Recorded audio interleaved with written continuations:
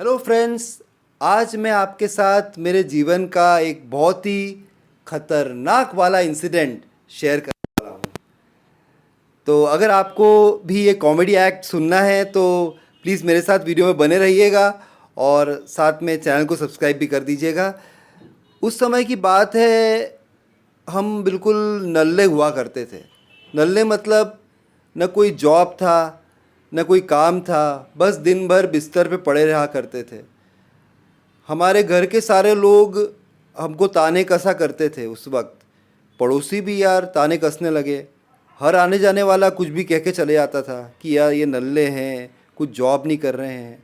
और फिर लाइफ में कब तक बिस्तर में पड़े रह सकते थे? कब तक आखिर पोर्नोग्राफी देख देख के अपना टाइम काटते यार। और अपने को फिर दारू चिकन की व्यवस्था भी करनी थी, है ना। तो अपन ने सोचा कि ठीक है, चलो एक काम करते हैं कि कोई जॉब कर लेते हैं। अपन ने मास्टर्स ऑफ सोशल वर्क किया हुआ था, तो अपने को एक जॉब मिल गई उस वक्त हेल्पेज इंडिया में। हेल्पेज इंडिया एक ऐसी कंपनी थी जो बूढ़े लोगों की और बच्चों के प्रोजेक्ट वगैरह में, चाइल्ड वेलफेयर के प्रोजेक्ट में फंडिंग करती है।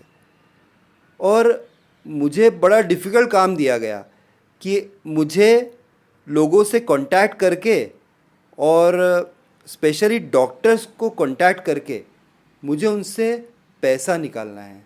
डॉक्टर्स को पटाना है। पटाना है मतलब वैसे पटाना नहीं है, क्योंकि मेल्स और फीमेल्स दोनों को पटाना है। लेकिन मैं आपको बात बताऊं कि मैं तो शुरू से ही स्ट्रेट रहा हूं, तो इसलिए मैंने सोचा कि यार पटाना तो है डॉक्टर्स को। क्योंकि हमारे बॉस ने, हेल्पेज वाले बॉस ने कहा था कि डॉक्टर को पटाना है, जिससे दो चीज़ें हो सकें। एक तो उनसे पैसे निकलवाना है, या पैसे नहीं दे रहे हो तो उनसे प्रोजेक्ट में काम करवाना है फ्री में। मैंने कहा ठीक है, चलो ट्राई कर लेते हैं।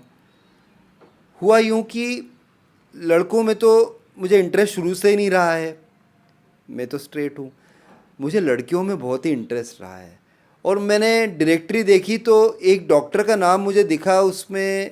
वो डॉक्टर थी डॉक्टर सुनीता सुखानी, बड़ौदा की लीडिंग गायनेकोलॉजिस्ट, स्त्री रोग विशेषज्ञ।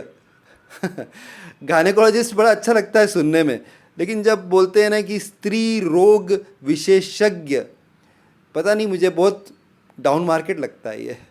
तो मैं गायनेकोलॉजिस्ट वर्ड ही यूज़ करता हूँ, ये जो स्त्री रोग विशेषज्ञ वर्ड यूज़ नहीं करता हूँ, ठीक है।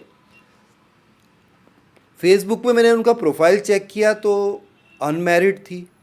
और फिगर उनका, काफ़ी सारे फ़ोटोज़ उन्होंने डाल के रखे थे सुनीता ने, तो वो 36, 24, 36 फिगर था। मैंने कहा यार अपन नल्ले हैं, डॉक्टर बड़ी खूबसूरत दिख रही है, अगर सेट हो गई तो फिर मज़ा आ जाएगा यार, लाइफ बन जाएगी, अपन भी सेटल हो जाएंगे, अपने दारू चिकन का खर्चा भी निकल जाएगा।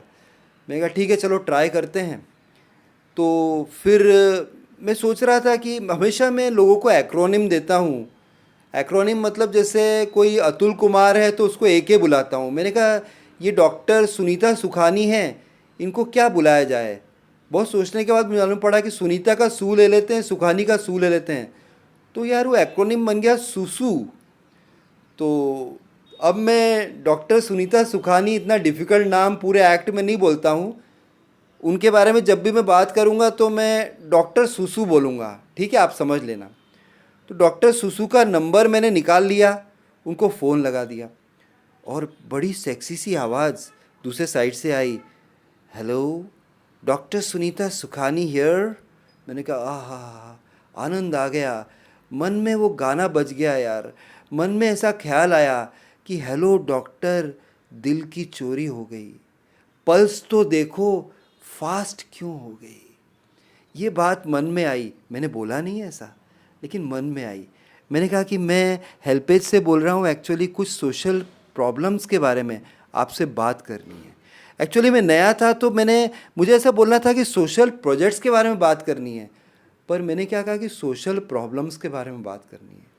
तो उन्होंने कहा कि अच्छा आप बताइए कि आपकी वाइफ को कुछ प्रॉब्लम है क्या।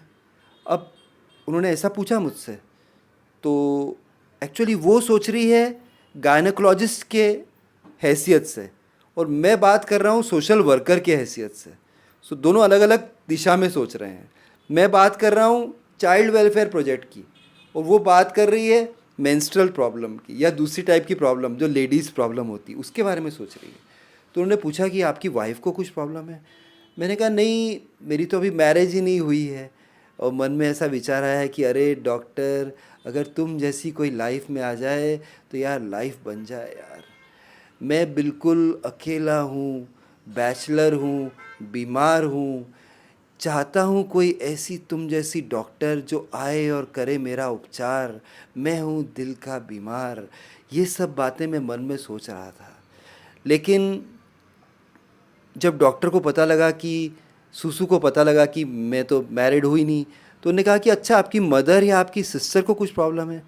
मैंने कहा नहीं, मैं तो अकेला रहता हूँ यहाँ, मेरी मदर और मेरी सिस्टर तो मेरे गांव में रहते हैं।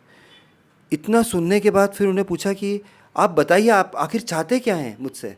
तो मैंने कहा कि एक्चुअली डॉक्टर सुसु, बोला नहीं मैंने, मन में सोचा डॉक्टर सुसु मैं तो आपको ही चाहता हूँ। नहीं, ऐसा नहीं बोला मैंने, डायरेक्टली पहले नहीं बोल सकता था, पहले बेस बनाना ज़रूरी है। तो मैंने कहा कि देखिए, मैं आपसे एक अपॉइंटमेंट चाहता हूँ, आज दोपहर का या शाम का। सोशल प्रॉब्लम के बारे में आज से डिस्कस करना है। सोशल प्रॉब्लम मतलब मैं सोच रहा था कि ओल्ड एज का प्रॉब्लम, चाइल्ड प्रोजेक्ट का, वो कुछ और समझ बैठी।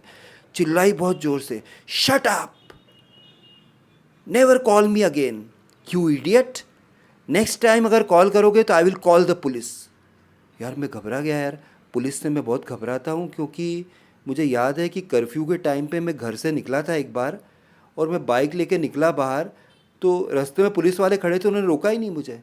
अगला चौराहा है तब भी नहीं रोका, सिगरेट की तलब लग रही थी, तो मैं अकेले ही जा रहा था, चलता गया, 3 चौराहे क्रॉस हो गए यार।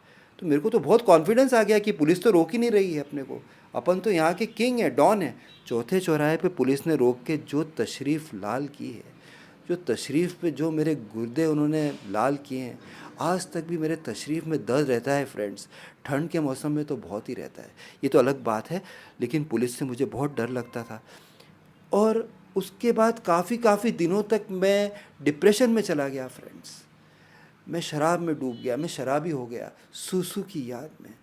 और सुसु की याद मुझे शराब भी भुला नहीं पाती थी, क्योंकि मैं बियर पीता था। शराब कहते हैं कि बियर पीने से, मेरे फ्रेंड ने कहा था कि बियर पियोगे गम अलग हो जाएगा। हार्ड ड्रिंक मैं लेता नहीं हूँ, बियर पे बियर पिए जा रहा हूँ सुसु को भुलाने के लिए। लेकिन बियर पीने से वॉशरूम जाना पड़ रहा है, और वॉशरूम जाते से जैसे मैं सुसु करता हूँ फिर सुसु की याद आ जाती है। फिर अंदर बार में आता हूँ, 2-3 बियर पीता और फिर वापस वॉशरूम जाना ही पड़ता। बियर पीने पीने से बहुत ही बाथरूम आती है, वापस वॉशरूम में जाता, और वॉशरूम में जाते ही से ही सुसु करता और सुसु की याद आ जाती। यार क्या करता, कैसे भूलता मैं सुसु को। और मैं समझ ही नहीं पा रहा था कि सुसु ने मेरा दिल क्यों तोड़ दिया उस दिन, क्यों अपॉइंटमेंट नहीं दिया। लेकिन एक दिन जब मैं 8 बियर पी गया था, तब मेरा कांटा हिल गया था, काफ़ी सारी सुसु कर चुका था। उसके बाद मुझे सुसु के बारे में समझ में आया।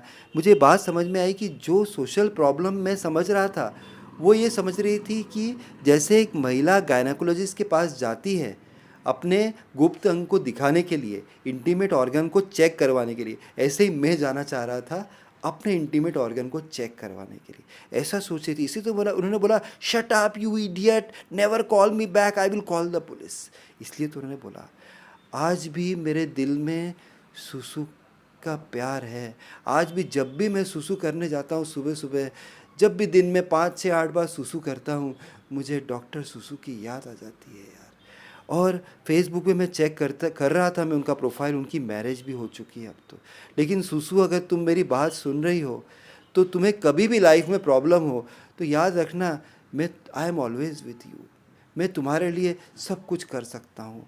तुम्हें उस दिन बुरा लग गया, उसके लिए बहुत बहुत सॉरी। अगर सुसु तुम ये वीडियो देख रही हो तो प्लीज़ मुझे माफ़ कर देना फ्रेंड्स। मैं इतना बड़ा वीडियो में अभी बना चुका हूँ, अब मुझे सुसु आ रही है, फिर मुझे सुसु करने जाना है, और फिर वही याद आएगी, फिर वही शाम, वही गम, वही तन्हाई है, फिर वही सुसु आ रही है, सुसु करने जाऊंगा और सुसु की याद आ जाएगी। अगर वीडियो अच्छा लगा हो, चैनल को सब्सक्राइब करिएगा, मुझे टिप्स बताइएगा कि किस तरीके से मैं सुसु कम करूं और सुसु को याद कम करूं, और सुसु को अपने जीवन से भुला कैसे सकूं। इस बारे में ज़रूर टिप्स बताइएगा फ्रेंड्स। फिर मिलता हूँ किसी और दिन ऐसे ही स्टैंड अप कॉमेडी एक्ट के साथ। तब तक के लिए बाय, टेक केयर फ्रेंड्स।